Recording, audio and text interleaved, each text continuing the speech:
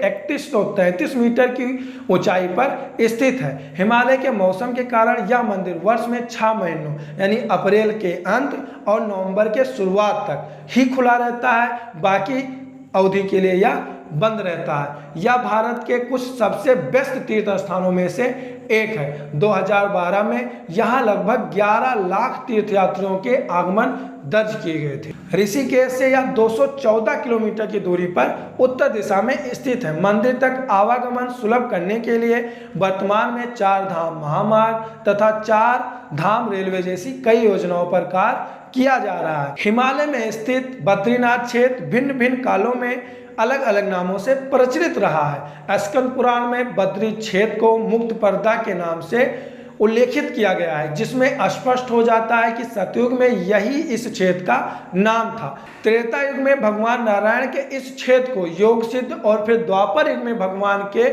प्रत्यक्ष दर्शन के कारण इसे मणिभद्र आश्रम या विशाला तीर्थ कहा गया।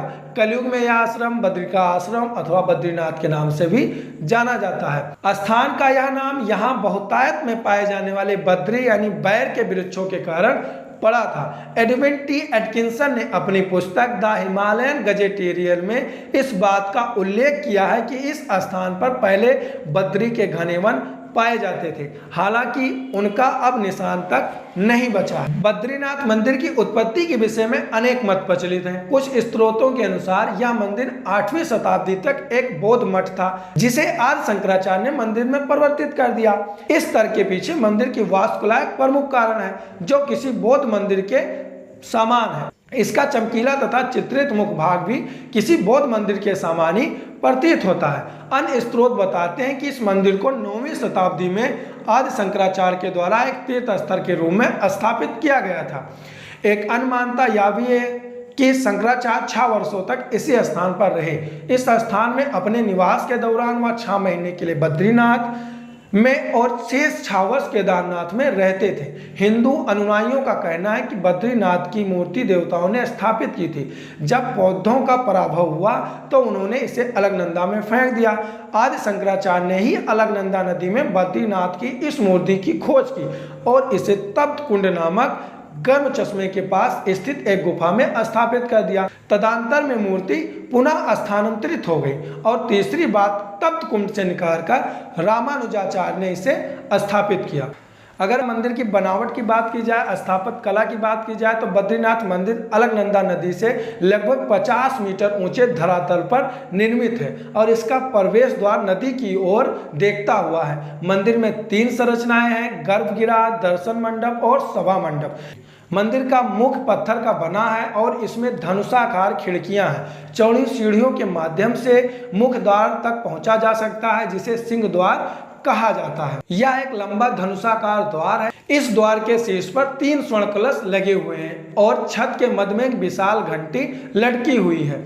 स्तंभों से भरा हाल जो गर्भगृह या मुख्य मंदिर क्षेत्र की ओर जाता है। हाल की दीवारों और स्तंभों को जटिल नक्काशियों के साथ सजाया गया है। इस मंडप में बैठकर श्रद्धालु विशेष पूजाएं तथा आरती आदि करते हैं। सभा मंडप में ही मंदिर के धर्माधिकारी, नायब रावल एवं वेद पाठी विद्वानों के बैठने का स्थान है। गर्भगृह की छत शंकुआधारी आकार की है और लगभग 15 मीटर लंबी है।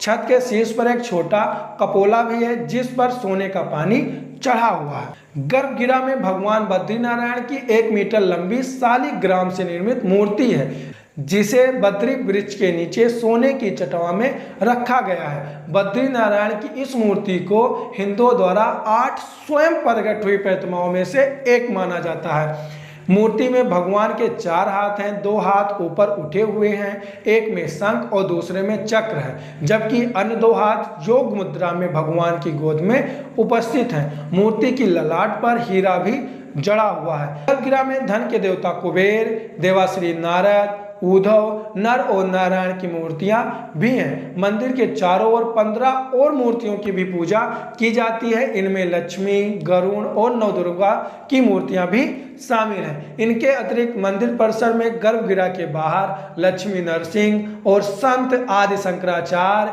नर और नारायण, वेदांत देशिक, रामानुजाचार्य और माना गांव के स्थानीय लोक देवता घंटाकर्ण की मूर्तियां भी हैं। बद्रीनाथ में स्थित मूर्तियां शालिग्राम से बनी हुई हैं। अब आपकी बद्रीनाथ मंदिर की दर्शन करने की इच्छा होगी, मैं बता देता हूं आप बद्रीनाथ मंदिर की दर्शन कैसे कर सकते हैं।